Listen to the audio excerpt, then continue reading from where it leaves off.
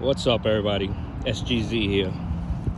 Apologies for not putting a video out in the last month or so, but my fellow New Yorkers, y'all know how the weather's been here. It's just starting to get warmer, a little warmer now, because these last weeks been brutal.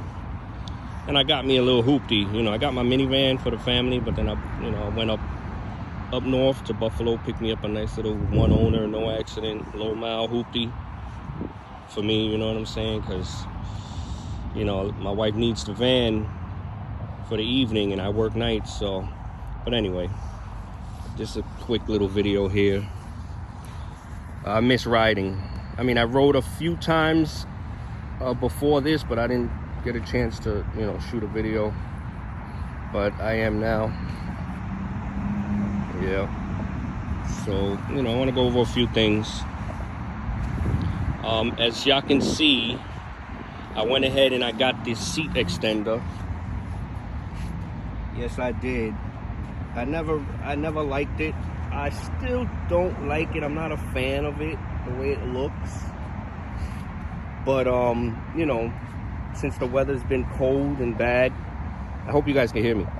Since the weather's been cold and bad, I've been, haven't been riding, been driving all the time. I said, you know what, let me order it. The hell with it. Got my tax money, so even if I don't like it, then I'll just put it away, storage or something. So I installed it, and the reason why I got it, because, I'm telling you guys, I was never a fan of it, but the reason why I got it is this Tapia seat.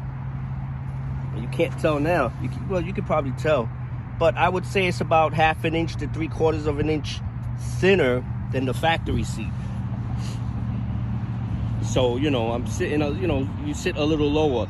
Then you add the softness of the seat. So when you sit on the seat, you sink further. I would say you sink more, another 1/2 inch to 3/4 of an inch. So I'm almost 1.5 inches sitting lower. I mean, it's a notable. I noticed it immediately when I was riding, but I rocked with it, I rolled with it, and I tell you one thing, it made it much harder to pedal. Now I rarely pedal, but sometimes at my job, certain type of security guards there, they don't let e-bikes in, so I have to pedal in, and it's a little rough pedaling when you're sitting low.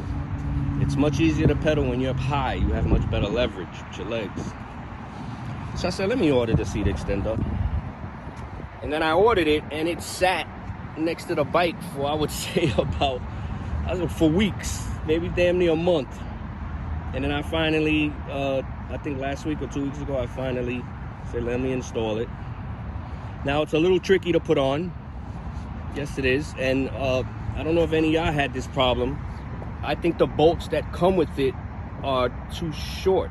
Well, maybe because since I'm rocking a Tapia seat, but the bolts are too short, so I had to use my own bolts, See, I used the black, but they're rusting, so, yeah. And it's a little tricky to put on, but, you know what you're doing, and you're patient. You gotta be patient, don't rush anything. I got it on, and I got OCD, so I like to make sure everything is centered. I don't, it took me a while to get the seat a little centered on the bike. And I put it on, and then I didn't ride it for a couple days, and then when I finally took it outside and rode it, dear Lord, what a difference. Sitting up higher, oh my God, it just feels good. It feels really good. Now I'm 5'11". It feels good sitting up. The pedals feel good now. I do pedals sometimes, and had like if I had McDonald's or something, if I ate something really bad and I feel guilty, then I'll pedal for a little bit. It make me feel a little bit better, trying to burn a little calories. You know what I'm saying? But man, what a difference the height makes, especially if you got a Tapia seat, because with a Tapia seat, it's thinner than the factory seat, and it compresses because it's softer, so you drop a considerable amount. So yeah, it feels good. I'm happy with it. I mean, I've been thinking about maybe fill in. I don't know if any of y'all, maybe it has to look clean though. Maybe I can fill in here And here with some nice black thin plastic or something. I'm thinking about it. It's in the works. You know, I'll leave the back open. I kind of like the way the back looks, open on the edges like that. But yeah, I'm gonna look into filling this in, you know, with a thin something, make it look nice and clean. Other than that, the shocks feel good. No issues with the shocks. I mean, they're just a little bit softer than the factory. They're not, you know, like crazy much difference to make you run out and order them. But number one, I like the way they look, and number two, they are a little different. And there's a much more adjustment with them too. So you have the air adjustment there, plus the 2 ring adjustments here for the spring. So it's pretty good, not bad at all. And you see how it got me a little personalized plate. Now it's white on the back, so I'm gonna get it black. I'm gonna paint it black.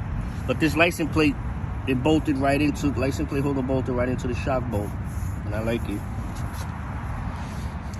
I got over 1,600 miles on her, and she's still running good. I don't got no issues.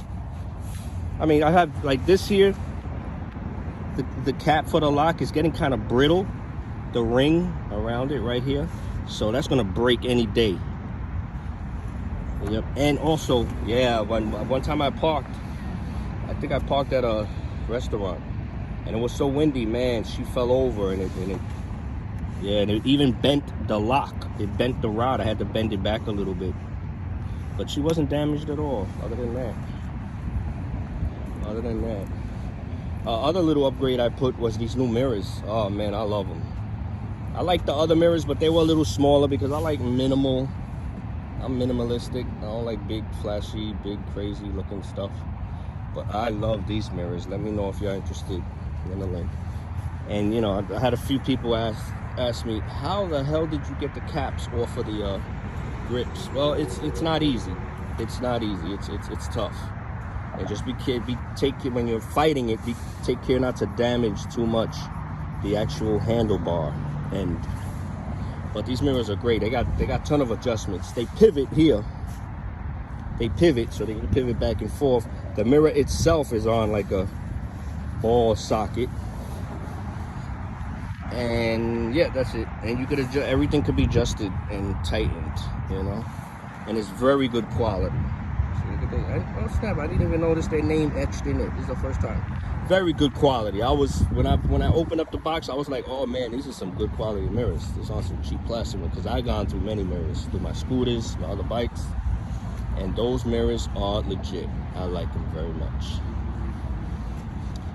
Other than that, everything seems to be going good. Now, I like the covers. I like the wheel covers, and I gotten a lot of positive feedback too. You know, on the GOAT groups I follow and my channel. But I be back and forth in my head. I be like, all right, I'm gonna take them off. Nah, I'm gonna keep them on. Nah, I'm gonna take them off. I'm gonna keep them on. So you know, I mean, it looks good. It does look good. But you know, sometimes I'll be like, I'm gonna take them off. But for now, I'll leave them on. Other than that, I mean, now I have been noticing a slight degradation, a slight degrading of the batteries. I believe so. Like today, I'm doing an actual range test. I reset my trip when I left my house. So now I'm hoping it was the cold weather because I was riding right when it started getting very cold, and I still rode when it was cold. And I noticed the range dropped, the performance dropped as far as, you know, like speed, like staying up to speed. So I'm like, all right, it's the cold weather. It's the cold weather. But then these past week or so, you know, I've been riding, and I have to see, maybe because I haven't ridden so long, I feel like the voltage is dropping a little faster. Maybe the temperature did its job on the batteries. So, but you know what? I've been thinking about getting the frame battery, the big battery. So I've been thinking about that. But the reason why I haven't gotten it is because I live in a private house. But to get in, there's a small flight of stairs. And, you know, I go through a process when I'm taking this bike in. Coming out is easy. I just load the batteries on the bike and I go down the stairs with the bike nice and easy, using the brakes, blah, blah, blah. Coming back home, I got to take both batteries out, go in and plug them up, store them up, and then bring the bike in. And even without the batteries, the bike is still a little chore to get up them stairs. But I do it, you know, I'm capable. So with the frame battery, oh man, I can't take off the battery just to go up the stairs, you know, I don't think so. So if I do get the frame battery, I'm thinking about, you know, hooking up something for the stairs, making a slim wooden ramp that I can just, you know, plop right on the stairs. They go into the stairs like blocks, like a Lego block or something. They fit there, and give it some gas up the stairs, and then I can take them out, take out the ramp, store it. It's going to be very thin, and the flight of stairs ain't long, you know. So I'm still thinking about that. But, and I'm you know, going to see how the range goes today. But let's see, so far, let's see what I got so far.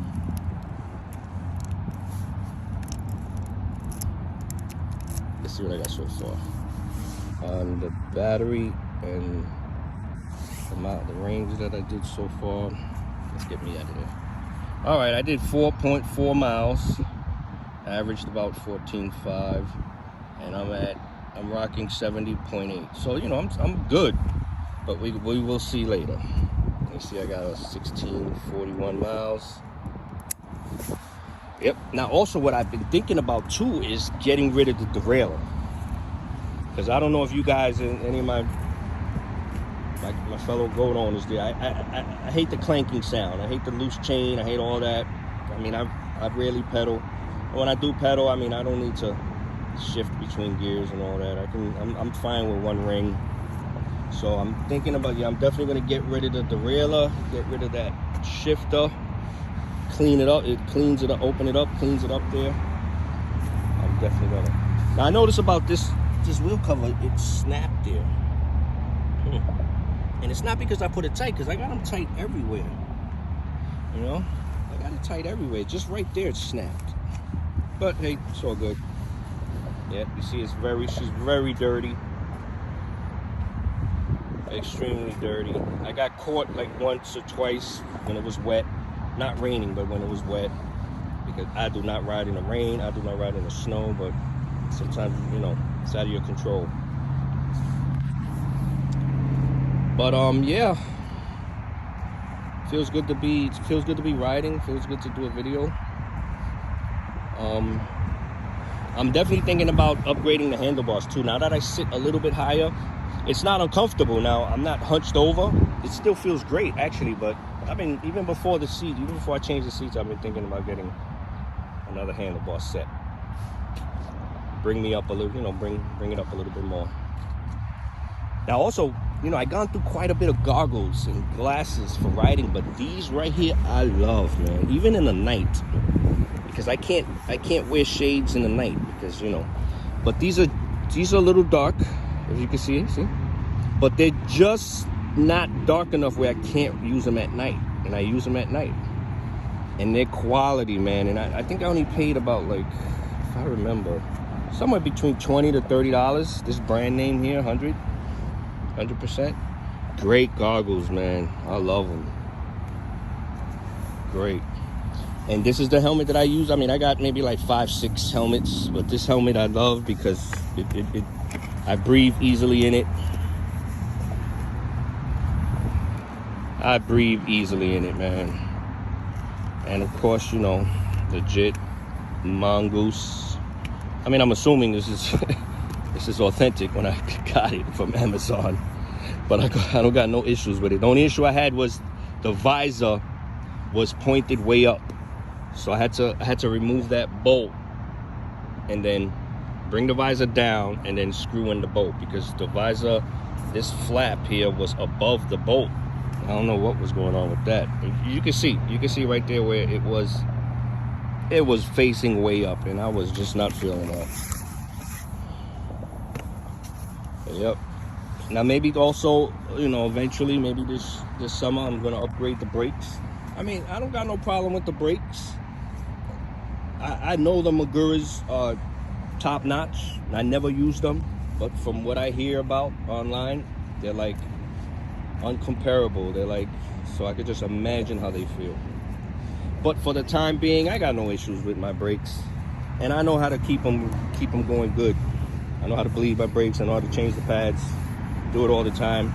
I always keep 2 extra sets of pads extra in my house, because when I ride a lot, I go through the pads, and I do not want to let the caliper, I mean the brake pad metal hit the rotor, because then you need a new rotor. So I'm always on top of my brake pads, and I suggest y'all do the same, you know, because you want your brakes to work. If you're not rocking Maguras, if you're rocking manufacturers, make sure your brake pads are good, because it's dangerous out there, people. You gotta be able to stop and slow. You gotta be able to slow down and stop good. So yeah, let me know if y'all want to look on the pads I use. They're excellent. I like them. No noise. I get no noise when I use my brakes.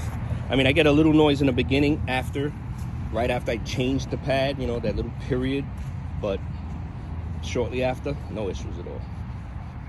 No issues. And as long as you're putting them in correctly, I guess, no issues at all. And as far as bleeding, you shouldn't have to bleed your brakes unless there's an issue, you know. So, but know how to bleed them. Get yourself a nice kit with the metal fittings. Don't get the plastic fittings. Get the metal fittings. And every time you're done bleeding, make sure you clean the fittings, clean the little O-rings, because that brake fluid will degrade those O-rings. And as you're bleeding, you get air in the system. Yep. But other than that, I'm pretty happy with the bike. Maybe also upgrade. I mean, I'm waiting for, you know what? I definitely want more speed, but I don't want to do like a extensive type of upgrade. I mean, I want something that I could just bolt on, like a controller. I can just bolt. Y'all let me know. An upgraded controller I can just bolt on, plug in. I don't want to change the motor for now. You know, something easy. Like most likely I'm gonna upgrade the battery, and then why not? You know, if y'all can let me know a controller that I can just upgrade without changing the motor, running the GOAT frame battery, and I could get better performance. Y'all let me know.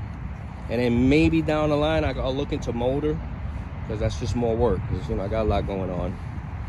You know, I don't have a garage. If I had a garage, trust me, there'd be way more videos, how-to videos, you know, and I would have been upgrading.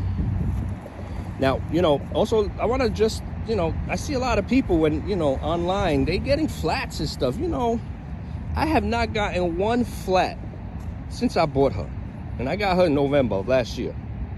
Now, yes, as soon as I got her, I put flat out in, but I got no flat, and maybe it's also where you ride, you know. I stay out of bike lanes. I only use bike lanes if I have to, because you got people who sabotage bike lanes, and it's a fact. They do. They sabotage the bike lanes, and also, you know, people who aren't paying attention. You got to deal with those people opening doors in bike lanes, and just people stepping into. You got to deal with those. But then you got those people who purposely, intentionally sabotage the bike lanes, and yeah, you'll get stuff stuck in your tire. And worst of all, you get stuff.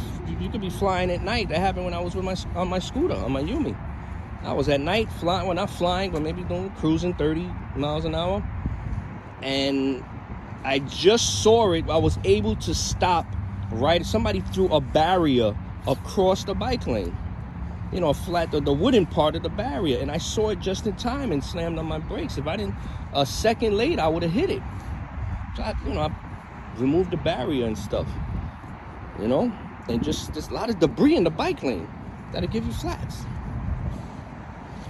But maybe I also got to owe it to the flat out. But I don't see any flat out leak, you know, like I don't see no punctures and flat out coming out. Yeah, you know, that's just so far so good. So far so good. And, you know, I keep a constant monitor on my tire pressure with this TPMS right here. Oh, man, I love it. You know, love it. It's a little tricky to get get working all the time, and sometimes you got to recalibrate with the sensors.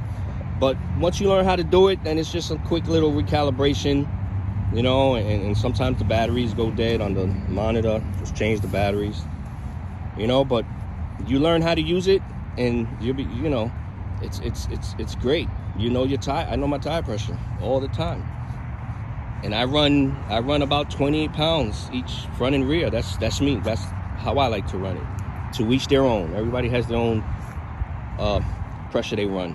I run 28 pounds front and rear. Well, hit me up if you have any questions, and I want to apologize if I don't respond right away. Just bear with me. I will respond to you. You know, let me know what any suggestions or any ideas you got. And when I get home, I'm gonna clean her up. She's got that winter dirty on her. Oh, there's another thing too I want to anybody, I would have to shut off the video, take out the battery, and restart it to show you guys. You know what, I'll take pictures when I get back home, and then I'll add it on to the video.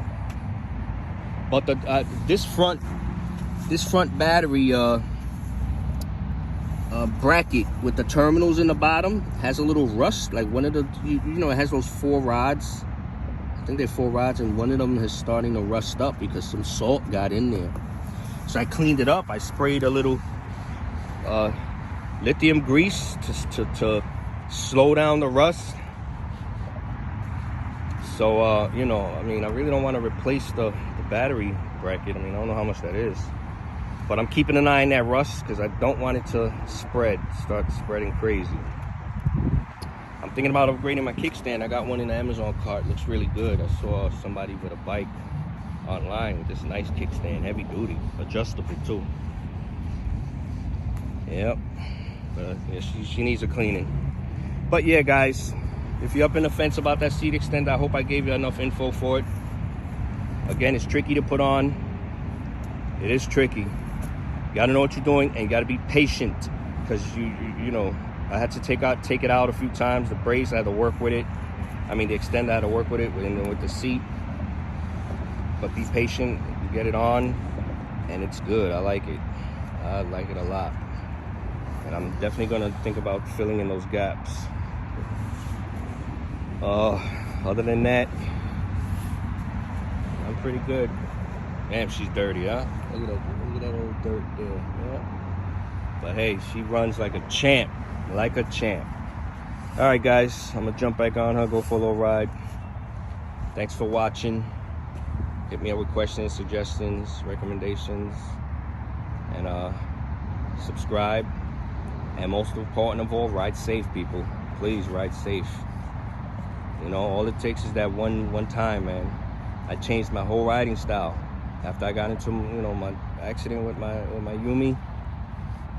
That was it. I don't demand the right of way anymore. It's important. If you keep demanding that right of way, because you got a bike lane, or just because, you know, it's gonna happen. Eventually it's gonna happen. You got drivers who don't care. So just swallow your ego. Cars in front of you, cars gonna make a right while you're approaching on the right. Let them make the right. Just let them do it. So what? You know? I'm telling you, man. Change your riding style. And I changed mine, and I have not one accident, one issue with a driver while on my GOAT bike. Pedestrian is a whole nother issue. You could maybe I'll address that in another video. But ride safe and don't demand the right of way. That's what I call it. Don't demand the right of way. All right, I'll see you on the next video. Ride safe.